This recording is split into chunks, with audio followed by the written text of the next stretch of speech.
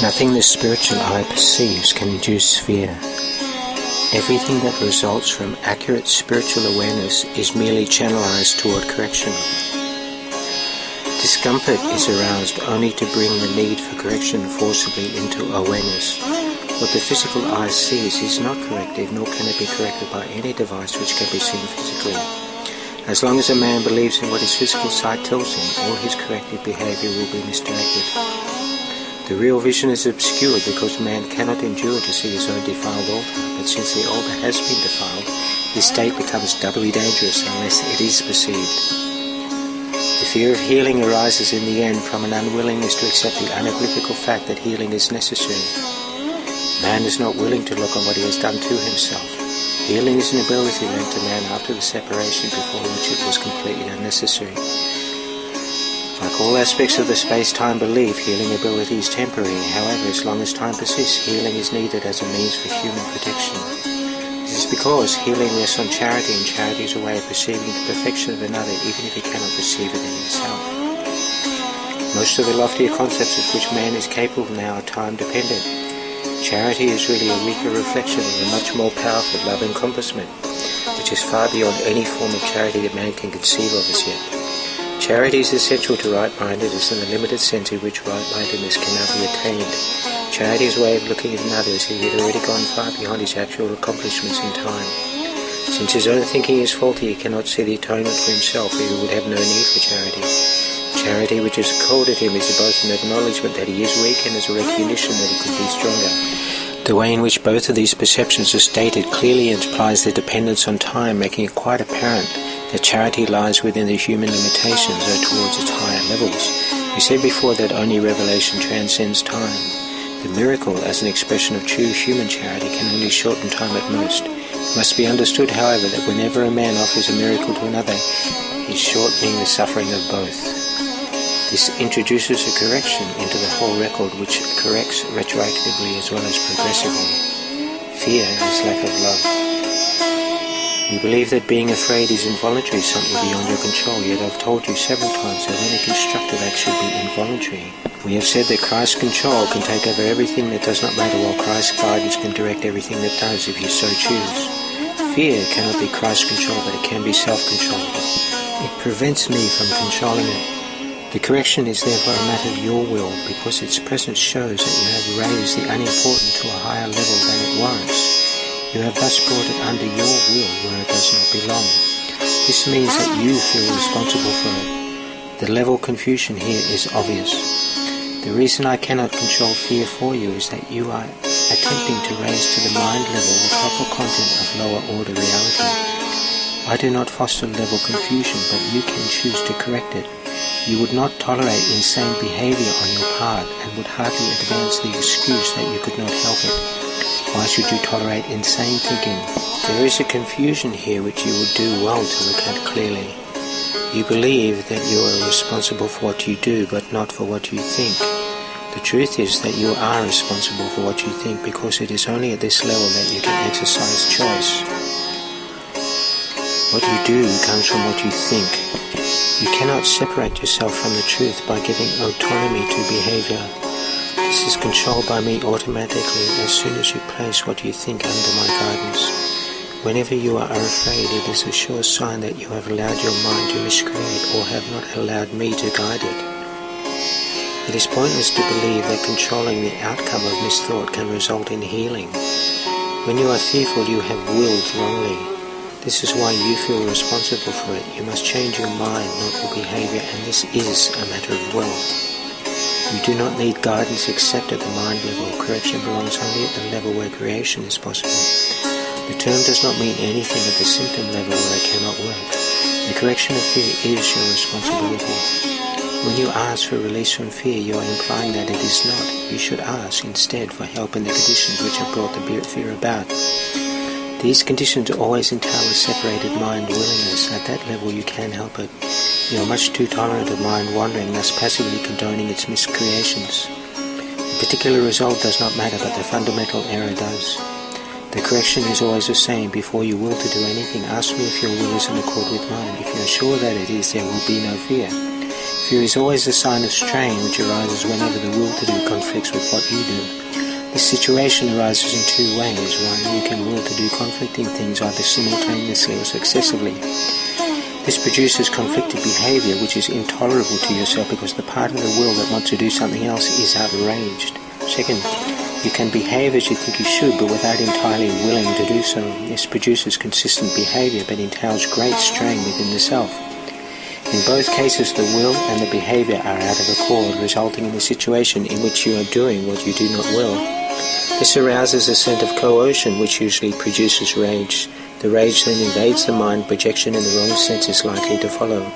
Depression or anxiety is virtually certain.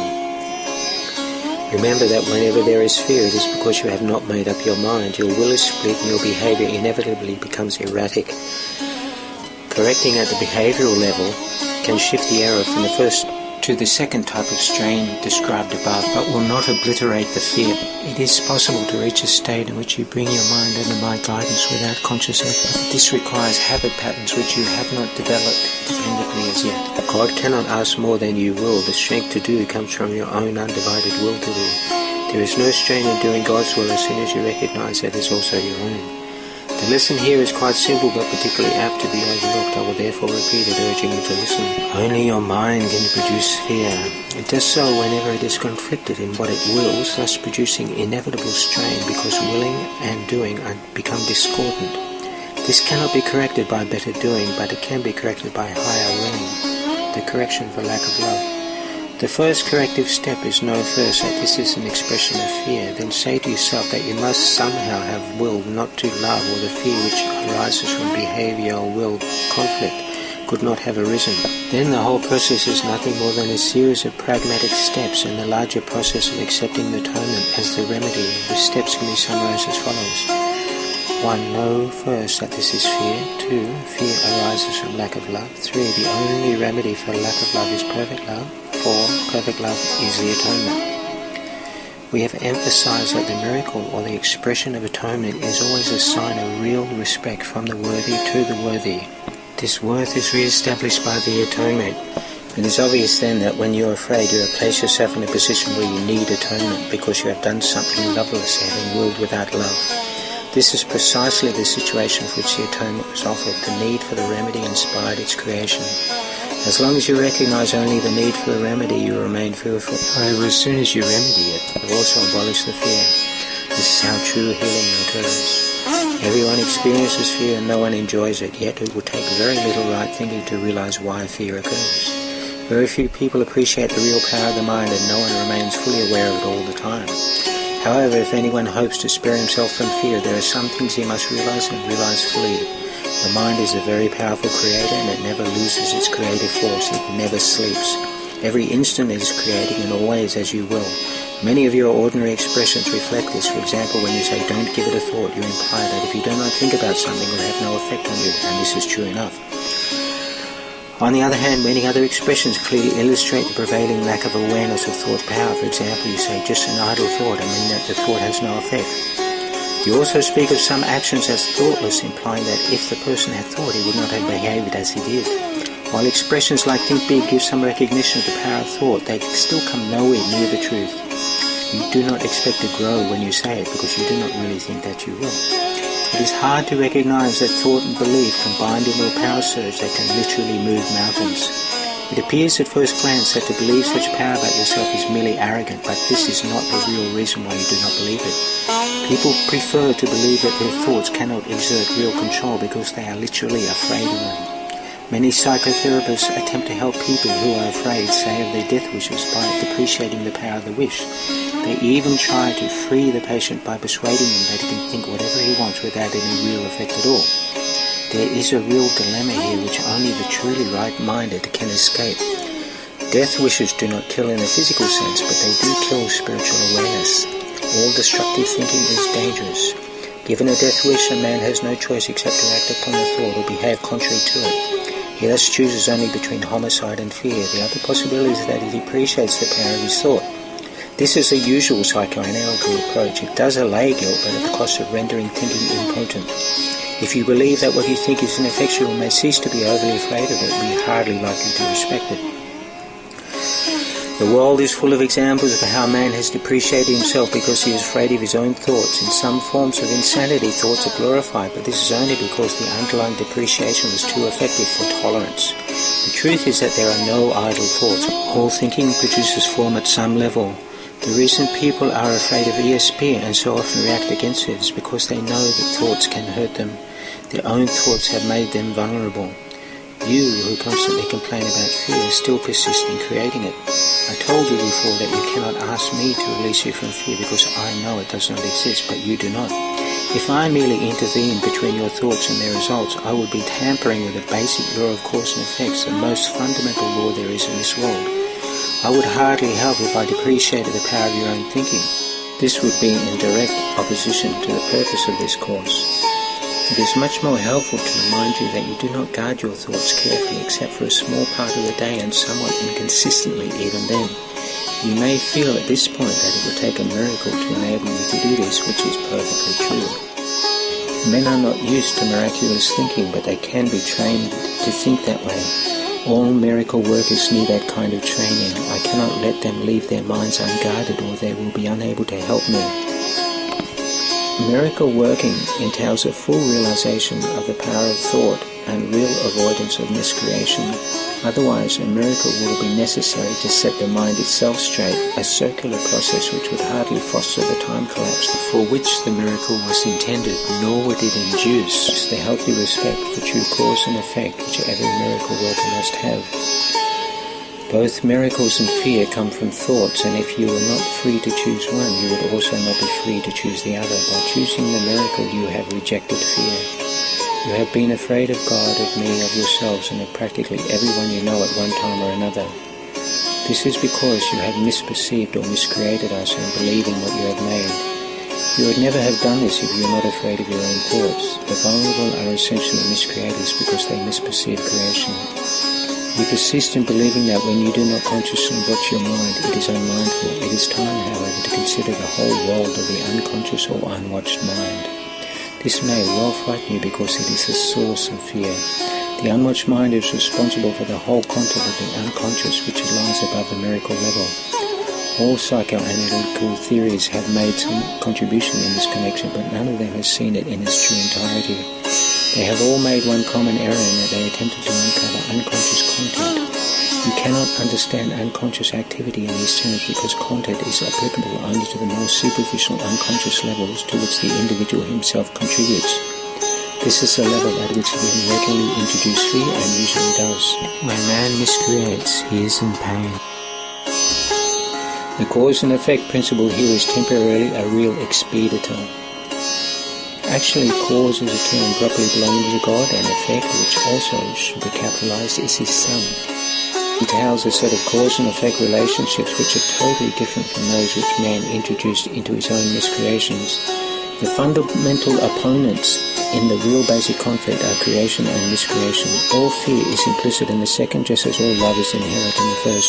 Because of this difference, the basic conflict is one between love and fear. It has already been said that man believes he cannot control fear because he himself created it. His belief in it seems to render it out of his control by definition, yet any attempt to resolve the basic conflict through the concept of mastery of fear is meaningless. In fact, it asserts the power of fear by the simple assumption that it must be mastered. The essential resolution rests entirely on the mastery of love. In the interim, the sense of conflict is inevitable, since man has placed himself in a strangely illogical position. He believes in the power of what does not exist.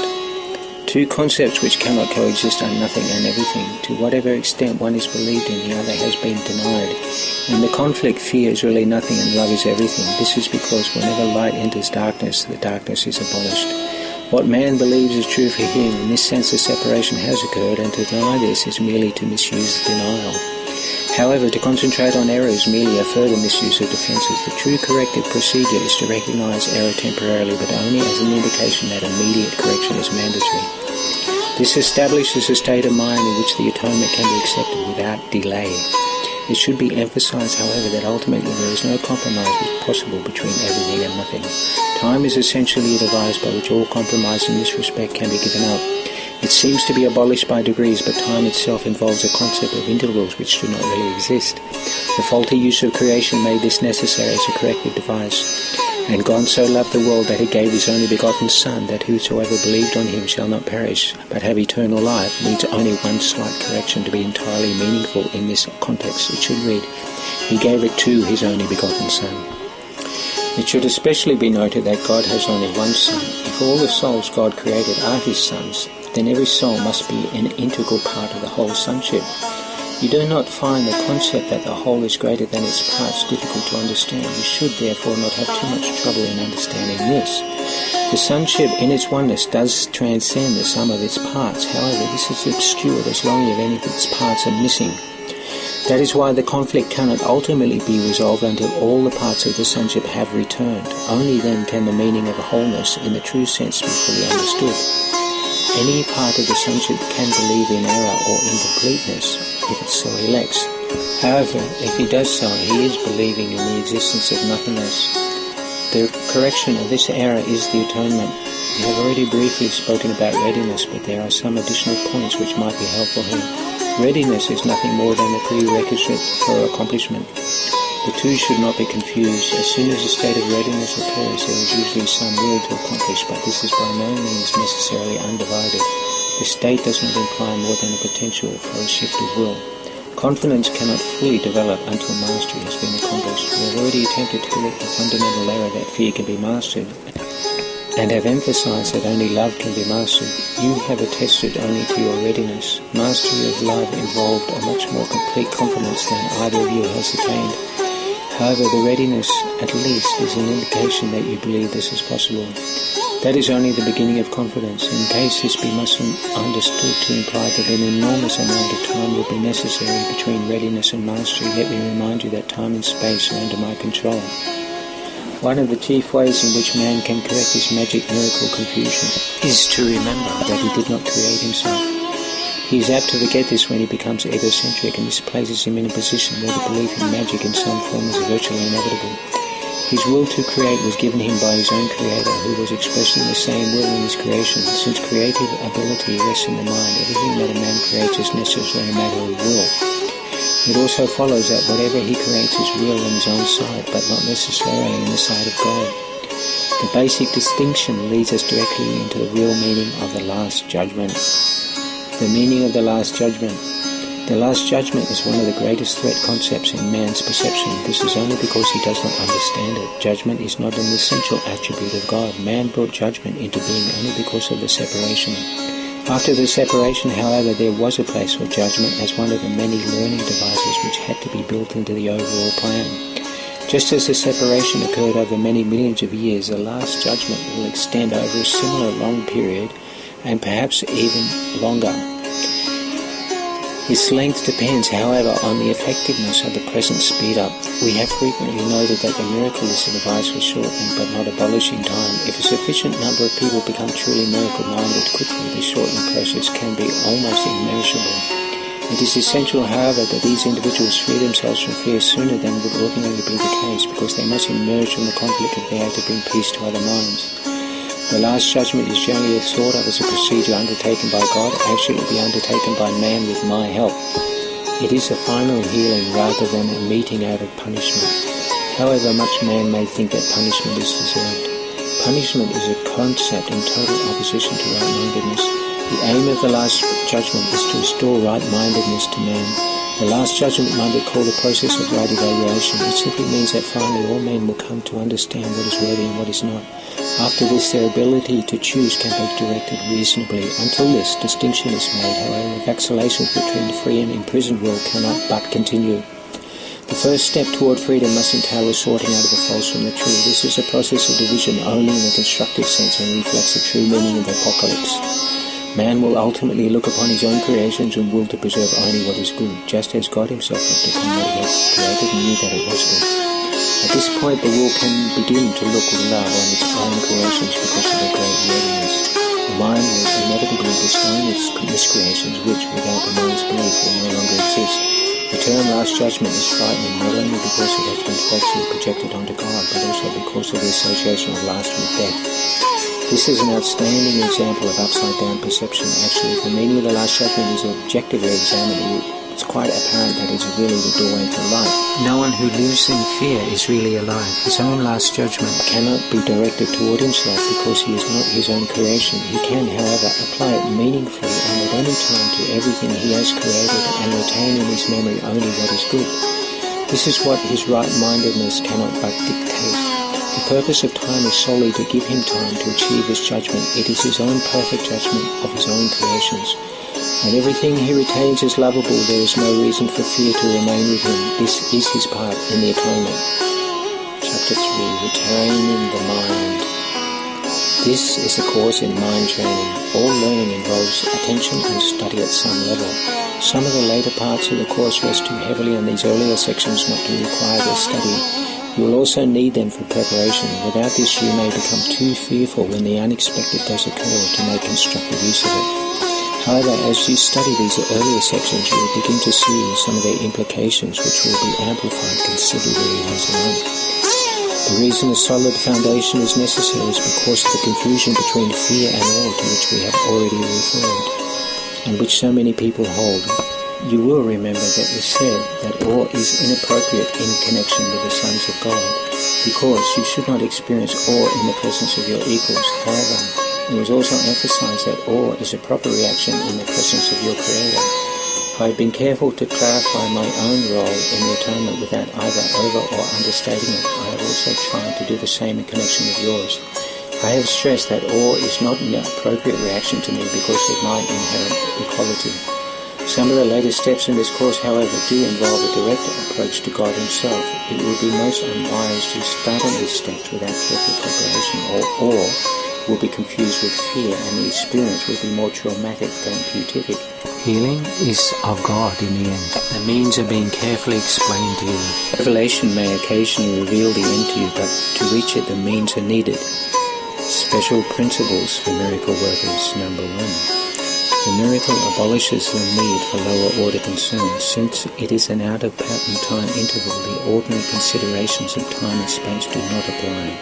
When you perform a miracle, I will arrange both time and space to adjust it. 2. Clear distinction between what has been created and what is being created is essential. All forms of correction or healing rest on this fundamental correction in level perception. 3. Another way of stating the above point is, never confuse right with wrong-mindedness. Responding to any form of miscreation with anything except a desire to heal or a miracle is an expression of this confusion. 4. The miracle is always a denial of this error and an affirmation of the truth. Only right-mindedness can create in a way that has any real effect. Pragmatically, what has no real effect has no real existence. Its effect then is emptiness. Being without substantial content, it lends itself to projection in the improper sense. 5. The level adjustment power of the miracle induces a right perception for healing. Until this has occurred, healing cannot be understood. Forgiveness is an empty gesture unless it entails correction. Without this, it is essentially judgmental rather than healing. 6. Miraculous forgiveness is only correction. It has no element of judgment at all. Father, forgive them for they know not what they do, and no one evaluates what they do. It is strictly limited to an appeal to God to heal their minds. There is no reference to the outcome of their misthought. That does not matter. 7. The biblical injunction, be of one mind, is a statement for revelation readiness. My own injunction, do this in remembrance of me, is a request for cooperation from miracle workers. It should be noted that the two statements are not in the same order of reality. The latter involves a time awareness, since to remember implies recalling the past in the present. Time is under my direction, but timelessness belongs to God alone. In time we exist for and with each other. In timelessness we coexist with God. Atonement without sacrifice. There is another point which must be perfectly clear before any residual fear which may still be associated with miracles becomes entirely groundless. The crucifixion did not establish the atonement, the resurrection did. This is a point which many very sincere Christians have misunderstood. No one who is free of the scarcity error could possibly make this mistake. If the crucifixion is seen from an upside-down point of view, it does appear as if God permitted and even encouraged one of His sons to suffer because he was good. Many ministers preach this every day. This particularly unfortunate interpretation, which arose out of the combined misprojections of a large number of my would-be followers, has led many people to be bitterly afraid of God. This particularly anti-religious concept enters into many religions, and this is neither by chance nor by coincidence. Yet the real Christian would have to pause and ask, how could this be? Is it likely that God himself would be capable of the kind of thinking which his own words have clearly stated is unworthy of man? The best defense, as always, is not to attack another's position, but rather to protect the truth. It is unwise to accept any concept if you have to turn a whole frame of reference around in order to justify it. This procedure is painful in its minor applications and genuinely tragic on a mass basis. Persecution is a frequent result undertaken to justify the terrible misperception that God himself persecuted his own Son on behalf of salvation. The very words are meaningless. It has been particularly difficult to overcome this because, although the error itself is no harder to overcome than any other error, men were unwilling to give this one up because of its prominent escape value. In milder forms, a parent says, "This hurts me more than it hurts you," and feels exonerated in beating a child. Can you believe that the father really thinks this way? It is so essential that all such thinking be dispelled that we must be very sure that nothing of this kind remains in your mind. I was not punished because you were bad. A wholly benign lesson the atonement teaches is lost if it is tainted with this kind of distortion in any form. Vengeance is mine, saith the Lord, is a strictly karmic viewpoint. It is a real misperception of truth by which man assigns his own evil past to God. The evil conscience from the past has nothing to do with God. He did not create it and he does not maintain it. God does not believe in karmic retribution. His divine mind does not create that way. He does not hold the evil deeds of a man even against himself. Is it likely then that he would hold against anyone the evil that another did? Be very sure that you recognize how utterly impossible this assumption really is and how entirely it arises from this projection. This kind of error is responsible for a host of related errors, including the belief that God rejected man and forced him out of the Garden of Eden. It is also responsible for the fact that you may believe from time to time that I am misdirecting you. I have made every effort to use words that are almost impossible to distort, but man is very inventive when it comes to twisting symbols around. God himself is not symbolic, he is fact. The atonement too is totally without symbolism. It is perfectly clear because it exists in light. Only man's attempts to shroud it in darkness have made it inaccessible to the unwilling and ambiguous to the partly willing. The atonement itself radiates nothing but truth. It therefore epitomizes harmlessness and sheds only blessing. It could not do this if it arose from anything but perfect innocence. Innocence is wisdom because it is unaware of evil which does not exist. It is, however, perfectly aware of everything that is true. The resurrection demonstrated that nothing can destroy truth. Good can withstand any form of evil because light abolishes all forms of darkness. The atonement is thus the perfect lesson. It is the final demonstration that all of the other lessons which I taught are true. Man is released from all errors if he believes in this. The deductive approach to teaching accepts a generalization which is applicable to all single instances rather than building up the generalization after analyzing numerous single instances separately. If you can accept the one generalization now, there will be no need to learn from many smaller lessons. Nothing can prevail against the Son of God who commends his spirit into the hands of his Father. By doing this, the mind awakens from its sleep and remembers its Creator. All sense of separation disappears and level confusion vanishes. The Son of God is part of the Holy Trinity, but the Trinity itself is one. There is no confusion within its level because they have one mind and one will. This single purpose creates perfect integration and establishes the peace of God, yet this vision can be perceived only by the truly innocent. Because their hearts are pure, the innocent defend true perception instead of defending themselves against it. Understanding the lesson of the atonement, they are without the will to attack, and therefore they see truly. This is what the Bible means when it says, "When he shall appear or be perceived, we shall be like him, for we shall see him as he is." Sacrifice is a notion totally unknown to God. It arises solely from fear. This is particularly unfortunate because frightened people are apt to be vicious. Sacrificing another in any way is a clear-cut violation of God's own injunction that man should be merciful even as his Father in heaven. It has been hard for many Christians to realize that this commandment or assignment also applies to themselves. Good teachers never terrorize their students. To terrorize is to attack, and this results in rejection of what the teacher offers. The result is a learning failure. I have been correctly referred to as the Lamb of God who takes away the sins of the world. Those who represent the Lamb as blood-stained and all too widespread error do not understand the meaning of the symbol. Correctly understood is a very simple parable which in him speaks of my innocence. The lion and the lamb lying down together refers to the fact that strength and innocence are not in conflict but naturally live in peace. Blessed are the pure in heart, for they shall see God is another way of saying the same thing. There has been some human controversy about the nature of seeing in relation to the integrative powers of the brain. Correctly understood, the issue revolves around the question of whether the body or the mind can see or understand. This is not really open to question at all, and only the mind can perceive anything at all. A pure mind knows the truth, and this is its strength. It cannot attack the body because it recognizes exactly what the body is. This is what a sane mind and a sane body really means.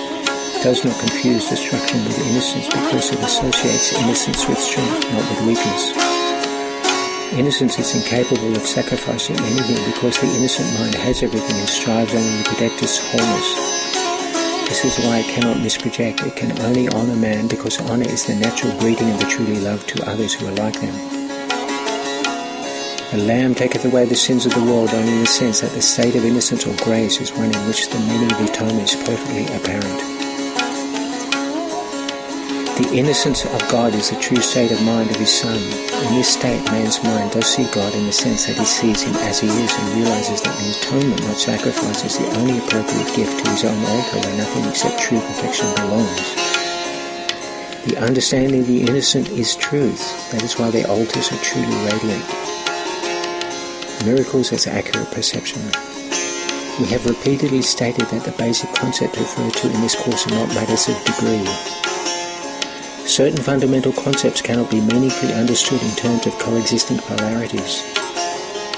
It is impossible to conceive of light or darkness or everything and nothing as joint possibilities.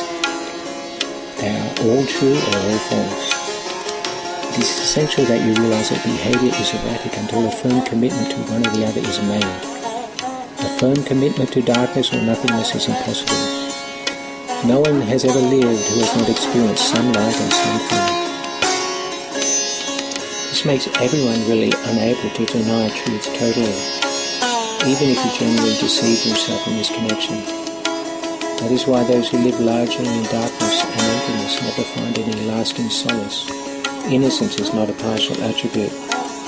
It is not a real defense until it is total. When it is partial, it is characterized by the same erratic nature that holds for other two-edged defenses.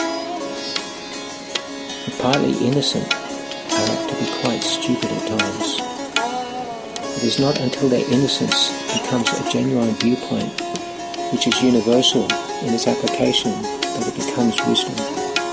Innocent or true perception means that you never misperceive and always see truly. More simply, it means that you never see what does not really exist. When you lack confidence in what someone will do, you are attesting to your belief that he is not in his right mind. This is hardly a miracle-based frame of reference. It also has the disastrous effect of denying the creative power of the miracle. The miracle perceives everything as it is. If nothing but the truth exists, and this is really a redundant statement because what is not true cannot exist, right-minded seeing cannot see anything but perfection. We have said many times that only what God creates or what man creates with the same will has any real existence. This then is all the innocent can see. They do not suffer from the distortions of the separated ones. The way to correct all such distortions is to withdraw your faith from them and invest it only in what is true. You cannot validate the invalid. I will suggest that you voluntarily give up such attempts because they can only be frantic. If you are willing to validate only what is true, everything you perceive, you will make it true for you. Truth overcomes all error. This means that if you perceive truly, you are cancelling out misperceptions in yourself and in others simultaneously. Because you see them as they are, you offer them your own validation of their truth. This is the healing which the miracle actively fosters. Perception versus knowledge. We have been emphasizing perception and have said very little about cognition as yet because you are confused about the difference between them. The reason we have dealt so little with cognition is because you must get your perception straight now before you can know anything. To know is to be certain. Uncertainty merely means that you do not know. Knowledge is power because it is certain, and certainty is strength. Perception is merely temporary. It is an attribute of a space-time belief and therefore subject to fear or love. Misperceptions produce fear and true perceptions produce love. Neither produces certainty because all perception varies. That is why it is not knowledge. True perception is the basis for knowledge, but knowing is the affirmation of truth. All your difficulties ultimately stem from the fact that you do not recognize or know yourselves, each other, or God. To recognize means to know again, implying that you knew before. You can see in many ways because perception involves different interpretations, and this means that it is not whole. The miracle is a way of perceiving, not of knowing. It is the right answer to a question, and you do not ask questions at all when you know. Questioning illusions is the first step in undoing them. The miracle or the right answer corrects them. Since perceptions change, their dependence on time is obvious. They are subject to transitory states, and this necessarily implies variability. How you perceive at any given time determines what you do, and action must occur in time. Knowledge is timeless because certainty is not questionable. You know when you have ceased to ask questions. The questioning mind perceives itself in time and therefore looks for future answers. The unquestioning mind is closed because it believes the future and present will be the same. This establishes an unchanged state or stasis. It is usually an attempt to counteract an underlying fear that the future will be worse than the present, and this fear inhibits the tendency to question at all.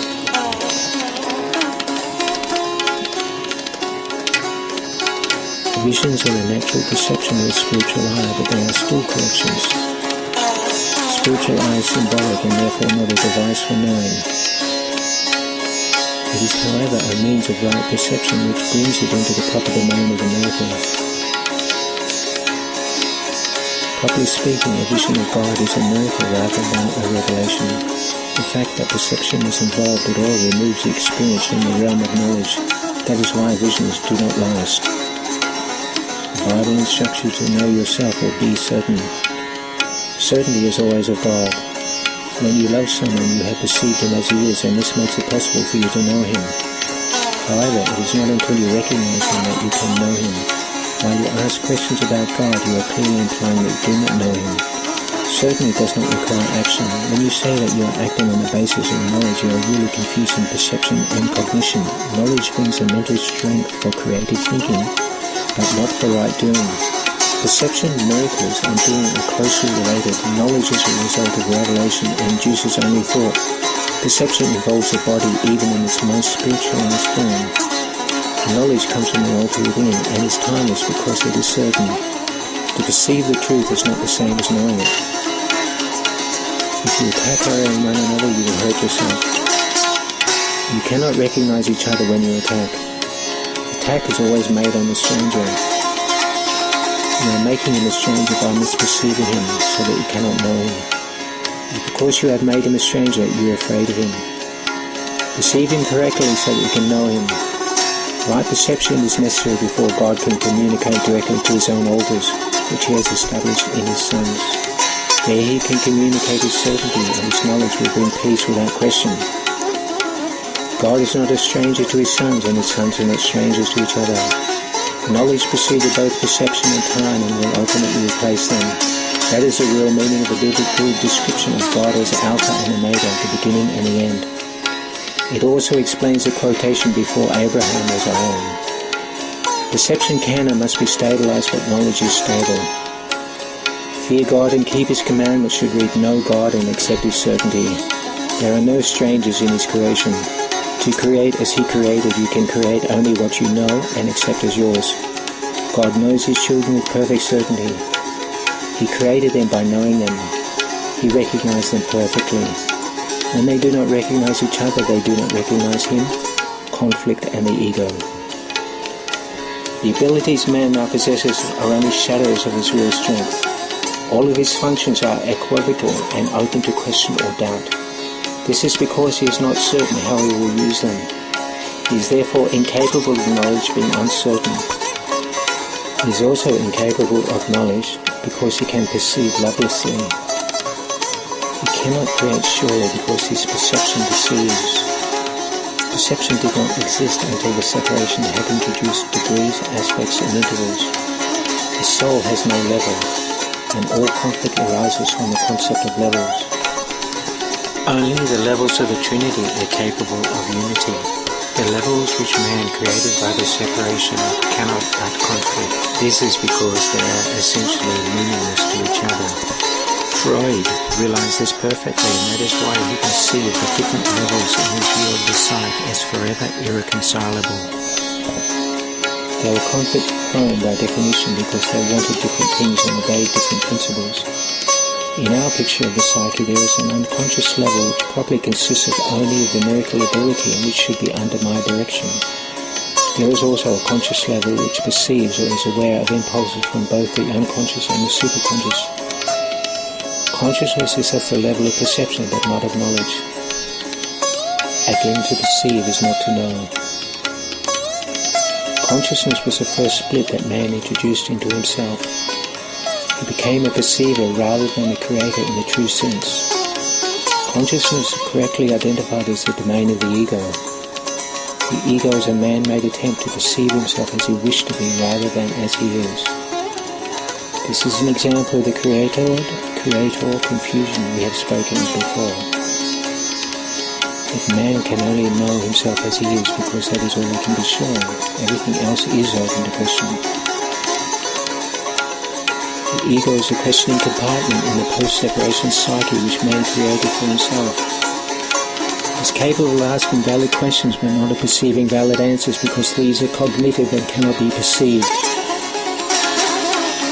The endless speculation about the meaning of mind has led to considerable confusion because the mind is confused. Only one-mindedness is without confusion. A separated or divided man must be confused. It is uncertain by definition. It has to be in conflict because it is out of accord with itself. Intrapersonal conflict arises from the same basis as interpersonal conflict. One part of the psyche perceives another part as on a different level and does not understand it.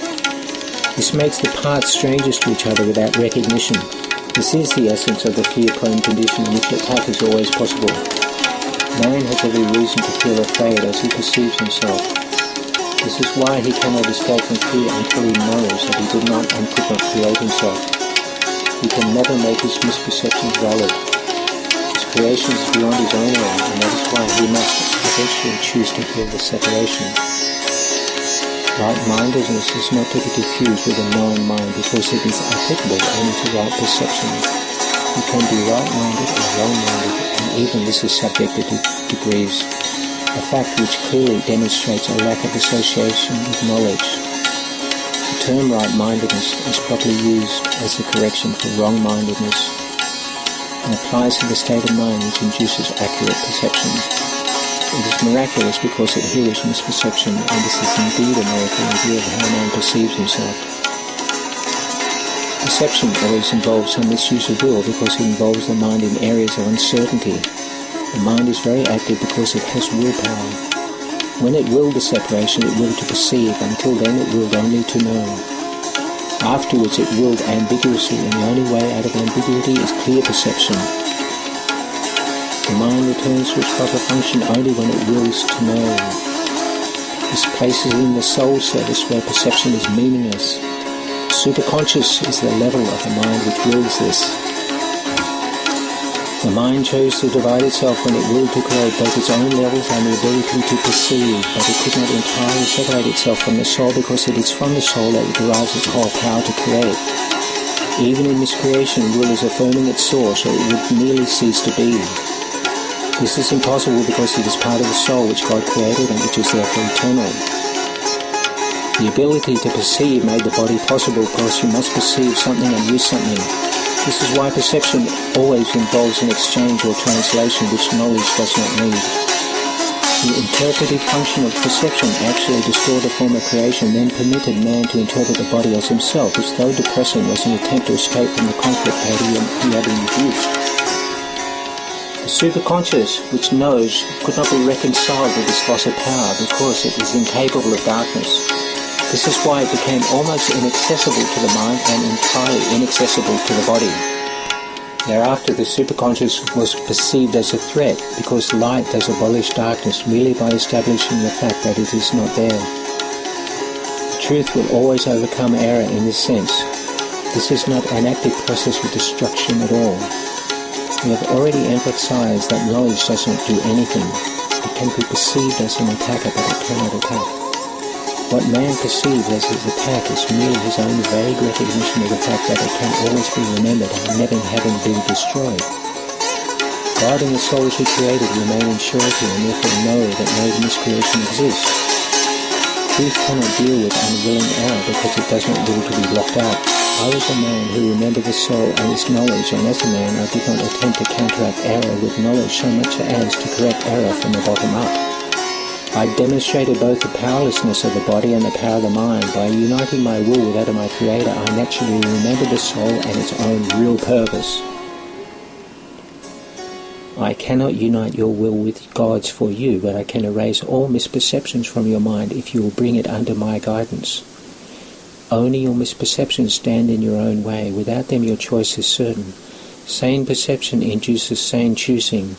The atonement was an act based on true perception. I cannot choose for you, but I can help you make your own right choice. Many are called, but few are chosen should read. All are called, but few choose to listen.